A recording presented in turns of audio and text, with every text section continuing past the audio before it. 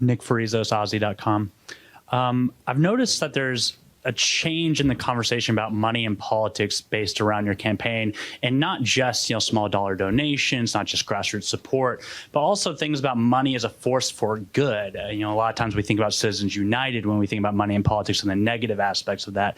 How is your campaign changing the conversation about money and politics potentially as a positive thing, if you believe that?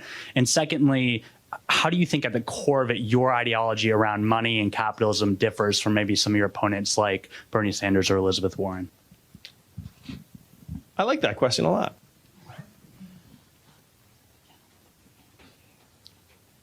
Most of us agree that at this point, money and corporate money has overrun our political system. And so most people are looking for a way to solve for that, including overturning Citizens United, which the people in this room know overturning Citizens United would actually be quite difficult. You need a supermajority, a very high standard.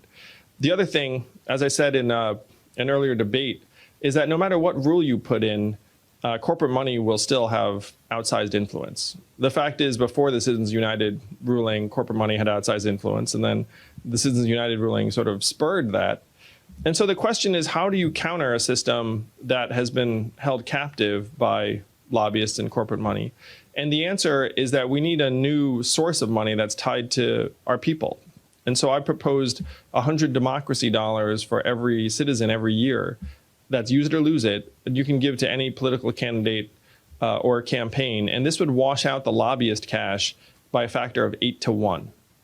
It would change the incentives for every political figure.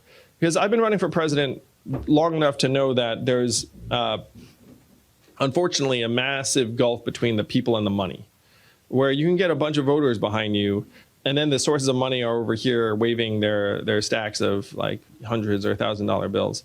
And as a politician, you start responding to the money more and more because it's easier to count and the food is better, and you can measure it more directly. And people tell you to be smart, so you should go to where the money is. So the only way we can solve for this problem is to unify the people and the money and make it so that if I get 10,000 voters behind me and they all give me their democracy dollars, that's $1 million. And then when the lobbyist starts waving $100,000 in my face, I can say I'd rather get the $1 million from the people.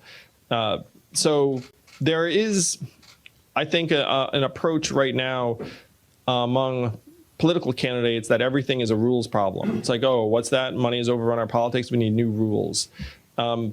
It's not so much a rules problem as it is a power problem.